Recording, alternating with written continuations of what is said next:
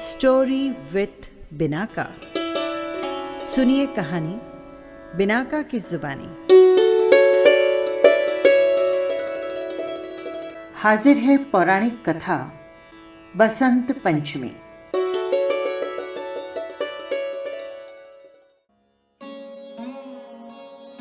बसंत पंचमी माघ माह की शुक्ल पंचमी के दिन मनाई जाती है।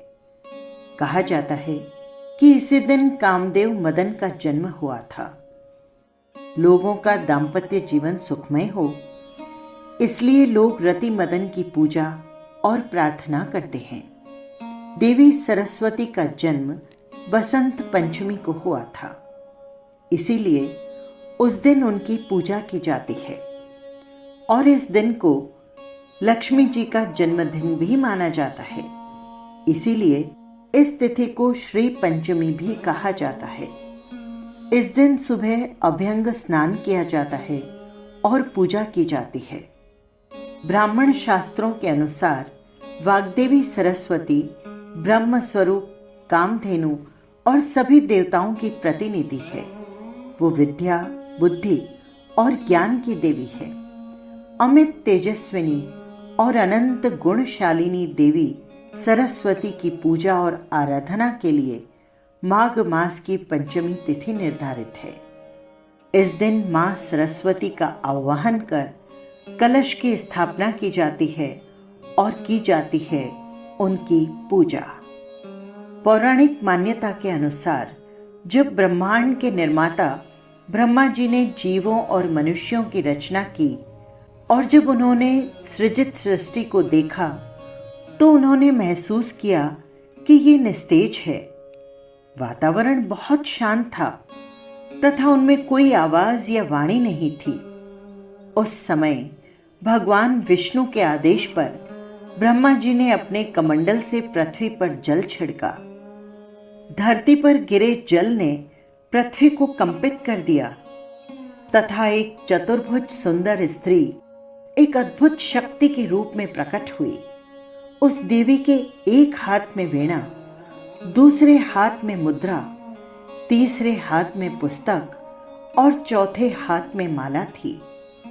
भगवान ने देवी से वीणा बजाने का आग्रह किया। जैसे ही वीणा से धुन निकली, उस धुन के कारण पृथ्वी पर रहने वाले सभी जीवों और मनुष्यों को वाणी प्राप्त हुई।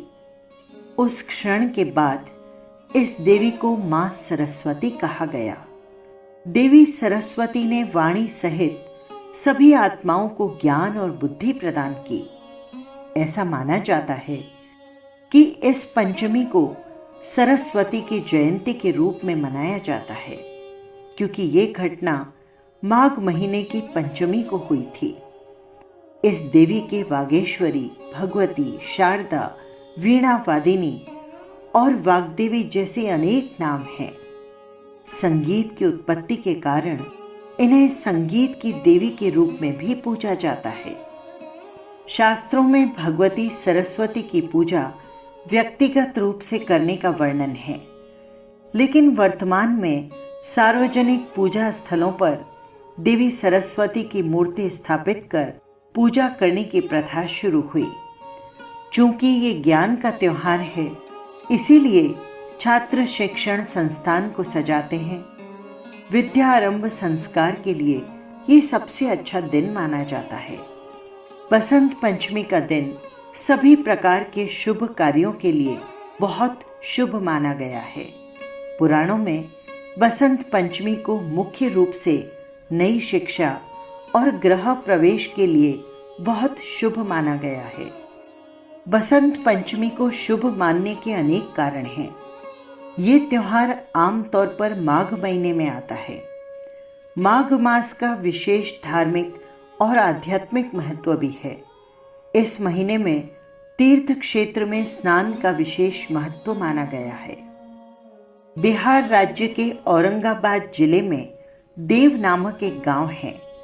इस गांव के सूर्य मंदिर में देवता की मूर्ति को बसंत पंचमी के दिन स्थापित किया गया था। ऐसा माना जाता है कि इस दिन देवता को स्नान कराया जाता है और उनके पुराने कपड़े बदलकर उन्हें नए लाल रंग के वस्त्र पहनाए जाते हैं। इस दिन गीत, संगीत और नृत्य कर उत्सव मनाया जाता है। इस दिन का उद्देश्य सृष्टि में नव चेतना और नव निर्माण के कारण आनंद को व्यक्त करना और आनंदित होना है। बसंत पंचमी का कृषि संस्कृति से भी संबंध है। इस दिन नव्वान इष्टि का ये छोटा सा यज्ञ किया जाता है। खेतों में उगाई गई नई फसलों को अपने घर लाया जाता है और भगवान को अर्पित किया जाता है। राजस्थान, मथुरा और वृंदावन में इस दिन विशेष त्योहार मनाए जाते हैं। इस दिन गणपति, इंद्र, शिव और सूर्य देवता से प्रार्थना भी की जाती है।